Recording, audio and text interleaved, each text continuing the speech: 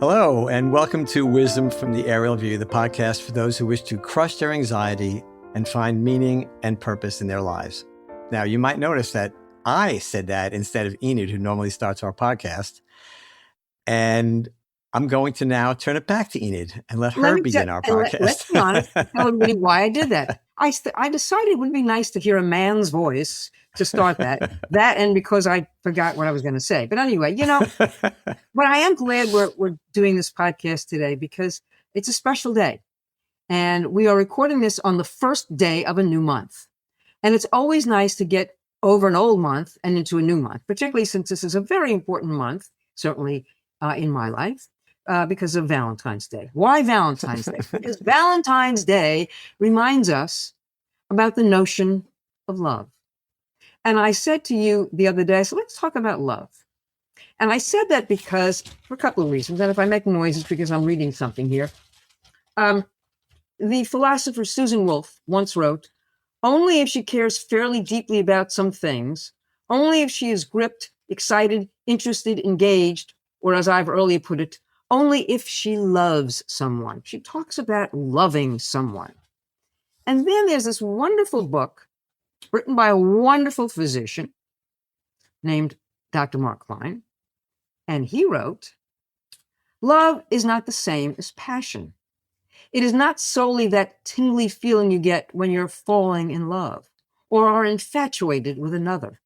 Love is what results from the development of and investment in interpersonal relationships, the positive interaction with others. Love is, of course, what we feel for family and friends, two sides of the same coin, as we'll see. Love, however, can also be what we learn to feel by becoming engaged at just about any level with many other people, some of whom are frank strangers. So you wrote this book, and in it you have a wonderful chapter about love. Let's talk about that. Why'd you do that? Yes, well, you are referring to a book that I think was written. I actually have that book in front of me. The title of the book is The Currency of Life. And I'm trying to remember when I wrote that book, because see, this is what happens. You forget what you do in your life. But I'm going to say it's at least, let's see here. This was, goodness gracious, 16 years ago. My God, how time flies. Yes. But you still love, don't you? I do love, and I love more than ever, actually. Love is the coolest thing. I mean, it is just the coolest thing. First of all, when you do fall in love with somebody, that is, I think people who have had the opportunity to fall in love in their life, that particular sensation is just fantastic. It's disabling, it's disorienting, it's destabilizing.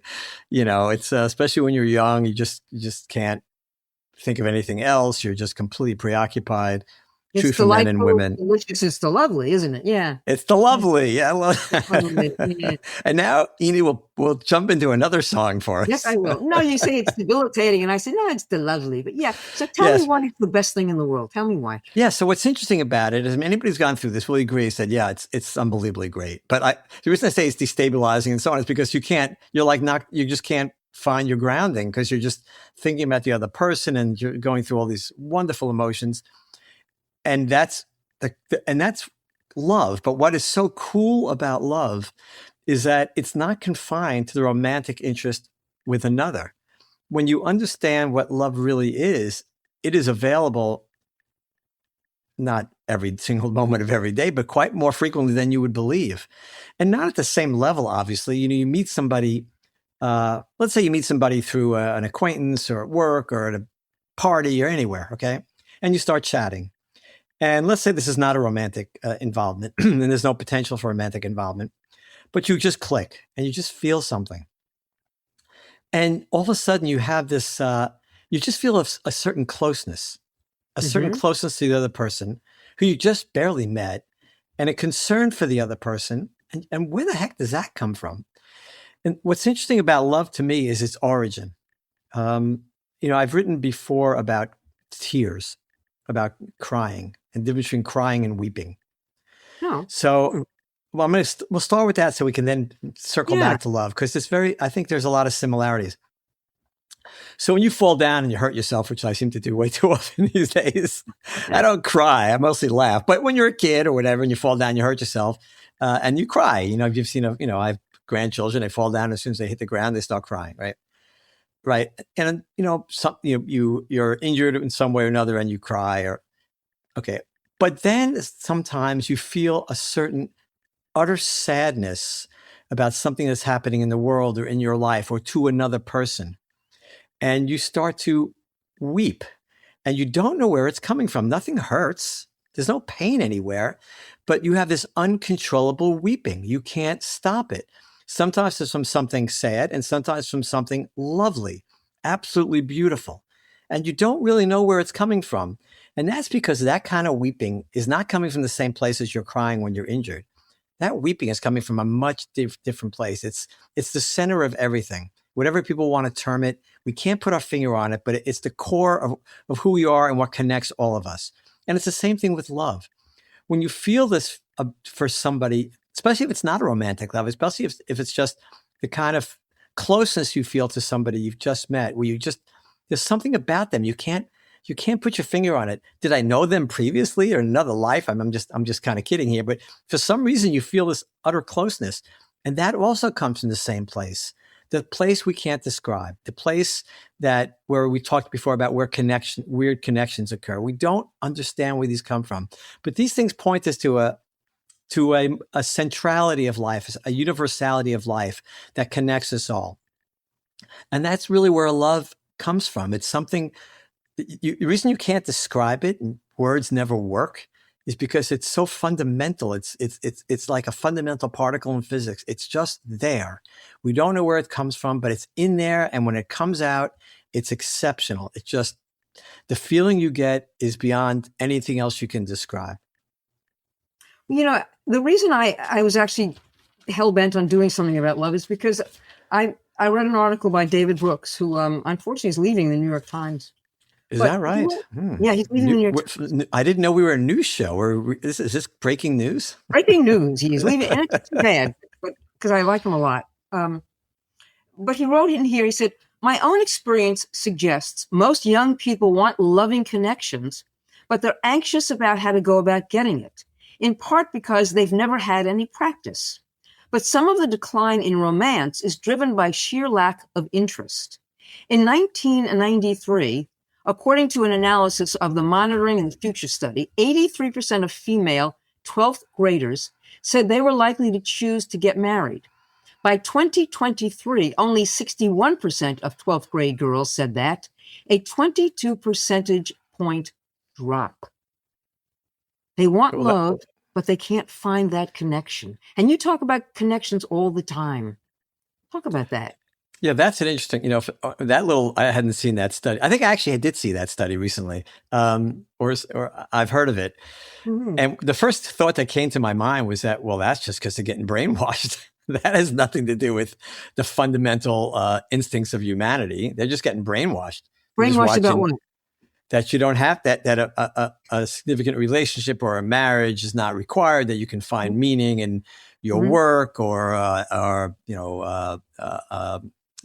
some type of, what's the right term, commitment to something, whether it be an organization or a political party or something like that. And of course, this is just, they're going to regret this. Now, I think they'll change their minds because the overriding essence of humanity will at some point overcome that in most people. Some won't. Some won't. We won't see the same kind of marriage rates that we saw before. It will be lower, but it won't be, I don't think it'd be as catastrophic as it sounds, because people will, in a sense, come to their senses because it's unavoidable, right? But I think we do brainwash people in our society. Well, sure. I'm not sure it's brainwash. I think COVID has a great deal to do with it. I think we live in front of a screen nowadays. You and I can see, we are talking on a screen. We're not in person. So the physical connection. Unfortunately. That's right. And I think that's what's happening to kids. I mean, for example, we've just had snow days all over most of the country. And what they said in many of the school districts, they said virtual learning. We don't even have to go to school anymore. We can do it online. So I think the physicality, with the physical connection, we've broken that. We have broken the physical nature of things. And I think maybe that's sort of an impediment to love. I agree with you. I agree with you. We've talked about this, that Yeah. I'm very much against working from home full Yeah. time.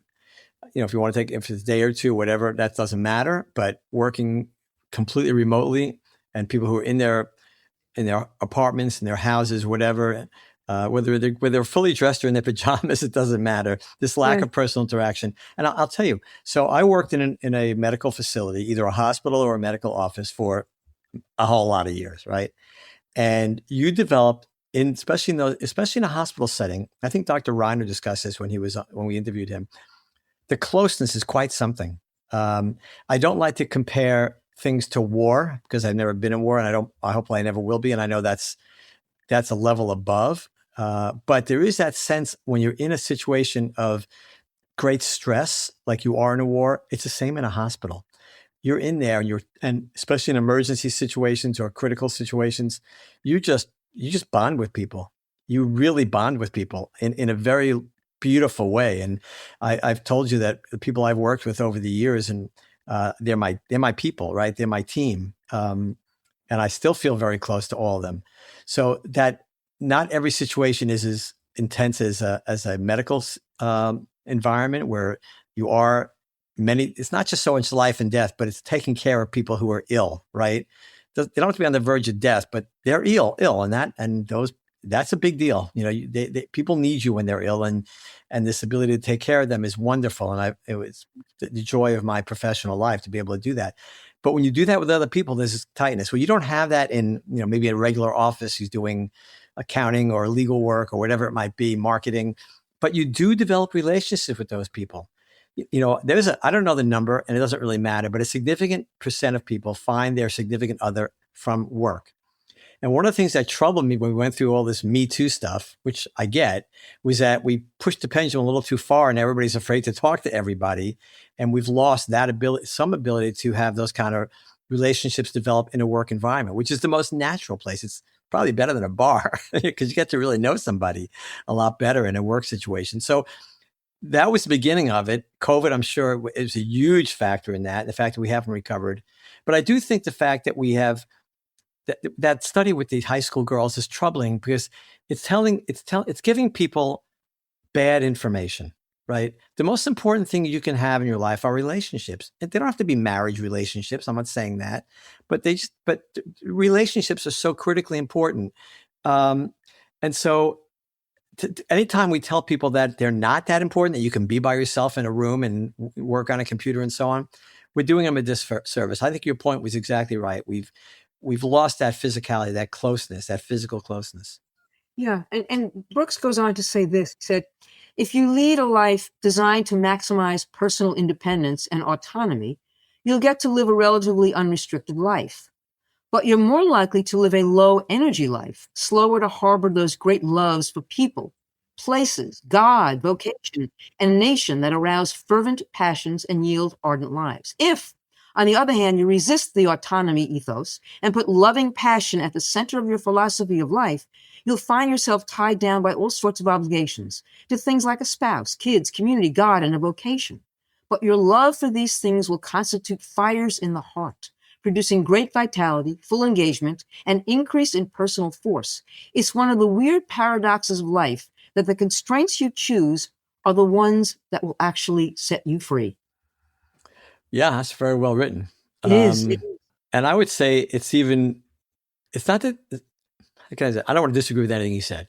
I want to just say that when you have those kind of relationships and those responsibilities, you can look at them as responsibilities, or you can look at them as opportunities to move along the path of your mission, right? Yeah. So when you're a parent, for instance, you are quite constrained, right? So, from the time the baby is born, I always laugh, when you have a newborn baby shows up, and people go, and I watch people who've never had a child, and the woman is pregnant, they're about to have their first kid, and they're so excited, which they should be, and they're thinking, oh, we'll do this, we'll do that, we'll do this, and because you can't imagine how this tiny little thing of 7 pounds can completely take over your life. And if you're together, if you're two people together, 2 lives, it is quite unbelievable how it happens. You cannot anticipate it but what the feeling you get from that when you start to change that camera focus from yourself to the child, which you have to do unless you're a barbarian and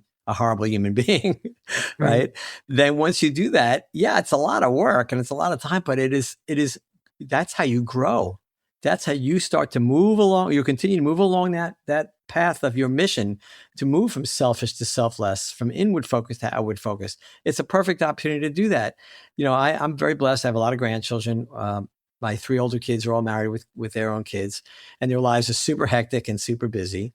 And I watch them. They're all great parents. I have to say, they're all great parents. And they can't do this, they can't do that. They're scrambling from, they all of them work, who's going to cover this, who's going to cover that. But I don't think a single one of them for 5 seconds would ever trade it for not being where they are right now. And that sense of love that you feel for especially a child, right? Again, that comes from somewhere else. Think about that.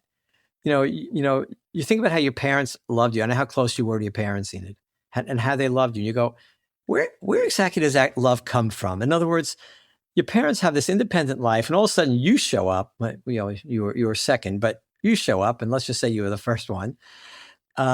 And they go, "Oh God, I can't do all the things I was doing before. This was a terrible idea. What was I thinking?" But very, very few parents think that, right? Some do, but very, very few. And you wonder, where does that come from? Where does this sense of this unbelievable level of love come from? And that comes from that same place I was talking about before. You can't put your finger on it. It comes from something very central, something very universal. This knowledge that you somehow have that I need to take care of this person, of this new thing. And I can't describe how I feel about it. All I know is I'd throw myself in front of a train for it, right? This is a very interesting, how I like to dig a couple of layers deep when we talk about these things, right? Yeah. It's easy to say, oh yeah, it's your child. Of course you love your child. Of course you throw yourself in front of a train. But why? Why would you do that? Think about it for a second. Why? That doesn't make any sense. It's one life for another life. Why should you sacrifice your life for a child's life? A life is a life, right? What's it? No, but they would look at you like you're insane if you said that, because they have this sense that they can't put their finger on where it's coming from, but it's something so deep, so fundamental that no, I have to do this. I want to do this. That life is much more important than mine. Why? Where does that come from? Yeah. Right. It comes from that central focus where love comes from, where tears of joy and tears of connection come from. Yeah, but I mean, tears of sorrow. It's a connection to something. Like, for instance, you watch something tragic happen in the world, an earthquake, a tornado, a tsunami, whatever it is, or some act of violence, whatever. And you find yourself choked up and you feel like you want to cry because it's so sad. Well, you don't know these people. There's 8 billion people on the planet. People die every day. It's nothing new. What's the big deal? But something about it, there's a loss. You feel a loss. It's because we're all connected. This is what I tried to write about when I was talking about love. Love is a clue to this underlying connection we all have. Do you know what the mycelium is? No, I'm going to take you on a little detour here. Okay. So the mycelium. Okay. I wrote a whole book about this. Right. About mycelium. About mycelium. It's a great book. I'm sure I read it. Yeah, I'll put it next to my bed. It's a great book. Yeah. But no, I'm not kidding. It's a great book. But underneath all the plants and trees and everything, there's this network of fungi that connects everything. It is unreal. It is like it's like a power grid underground, but everything is connected through the mycelium. And there are messages sent between trees and plants, and it is quite unbelievable. I'm not making this up. You can look it up, and there are probably people out there who know a lot more about this than me, nodding their heads. But the mycelium is this underlying connection that we can't see because it's underground, but it connects everything. The network is vast and almost unimaginable. And that is a great metaphor, or maybe it's not even a metaphor, maybe it's accurate, of how we're all connected. So we've talked about how reality is created, that each person makes a decision, and that decision gets released into the world and then starts interacting with everybody else's decisions. And that an individual decision creates a cascade of events. The interaction with other choices and decisions by other people is impossible to predict the outcome. You cannot there's no way to know what's going to happen from any choice, which is why we talk about the fact that there's no right choice. Your Right. choice creates a cascade of events. It's out of your hands. It's going to get knocked around by everybody else's choices and decisions. You don't know where it's going to end up, right? And so this idea of that we're all connected, that everybody's decisions make a difference. All of us together create reality. We are connected, whether we believe it or not. We're like that mycelium underground.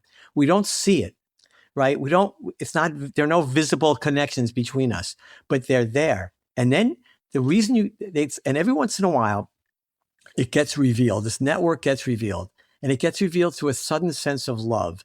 And it may not be romantic love, but somebody you see or hear or meet, and you just feel some connection. You can't even describe where it came from, right? It could be between any two people, right?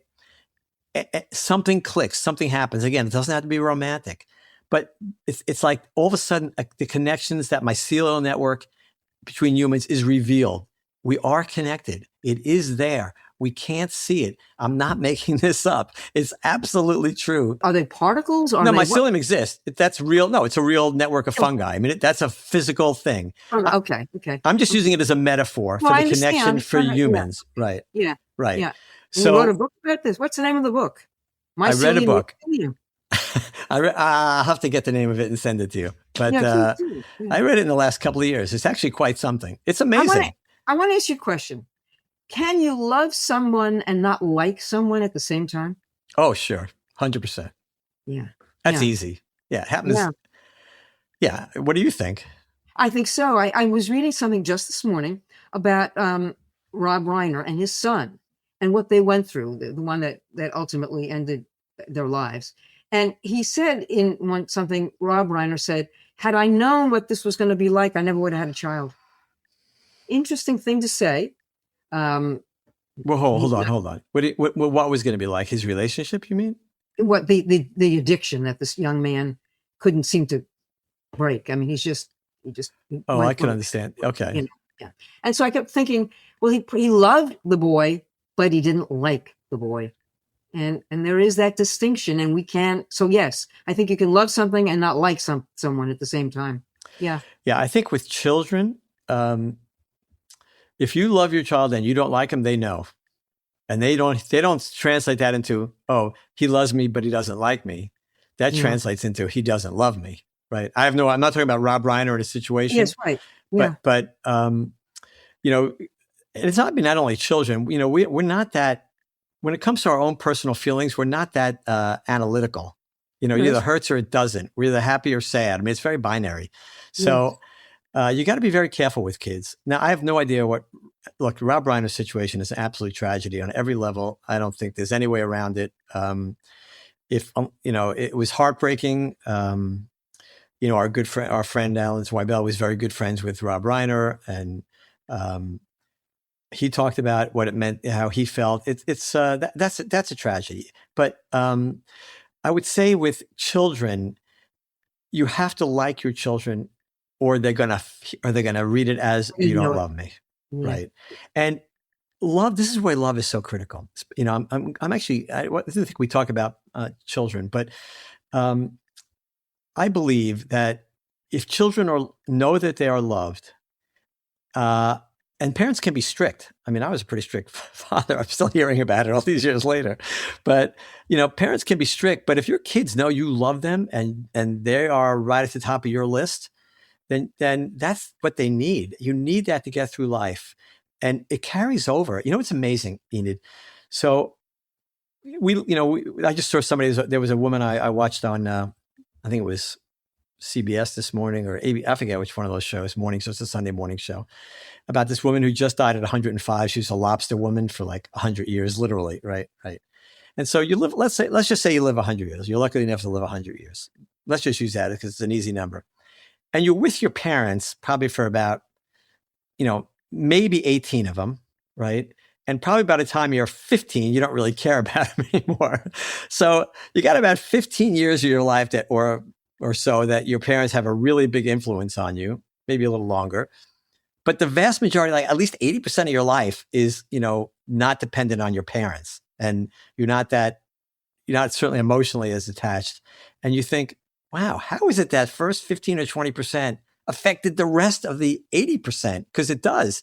You Yes, it carry does. that over, right? You know, love in terms of parenting is the single most important thing you can do. Love your kids and make sure they know you love them, right? You don't have to agree with everything. They don't have to agree with everything you do. But the one thing that can never be in doubt is that love. That you arm kids with that from the time they're born, and most of them will be fine. Not all of them, of course, but most of them will be fine. The vast majority will be fine. It's when you doubt that love, then you doubt yourself, and then things start to go off the rails. Now, I don't know what happened with Rob Ryan. I'm not. I would never judge, never.